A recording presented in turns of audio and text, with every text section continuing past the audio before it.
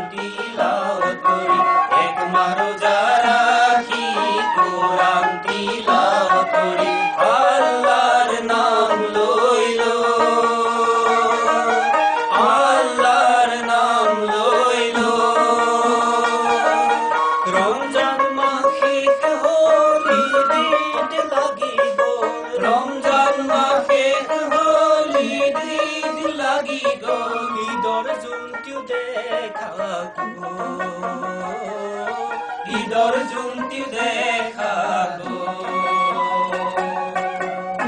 ঈদ মুবাৰক ঈদ মুবাৰক ঈদ মুবাৰক ঈদ মুবাৰক ঈদ মুবাৰক ঈদ মুবাৰক ঈদ মুবাৰক ঈদ মুবাৰক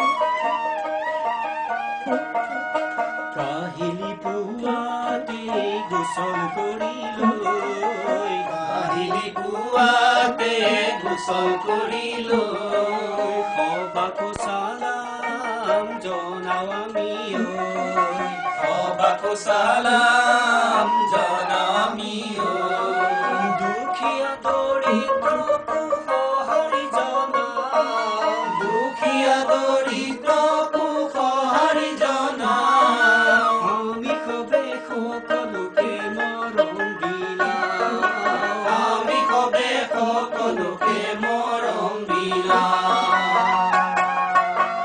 ঈদ মুবাৰক ঈদ মুবাৰক ঈদ মুবাৰক ঈদ মুবাৰক ঈদ মুবাৰক ঈদ মুবাৰক ঈদ মুবাৰক ঈদ মুবাৰক একমাহ রোজা রাখি কোরআন তিলাওয়াত করি একমাহ রোজা রাখি কোরআন তিলাওয়াত করি আল্লাহর নাম লই লই আল্লাহর নাম লই লই রমজান মাসে হলি ঈদ লাগি গো রমজান মাসে হলি ঈদ লাগি গো ঈদর জ্যোতি দেখা হো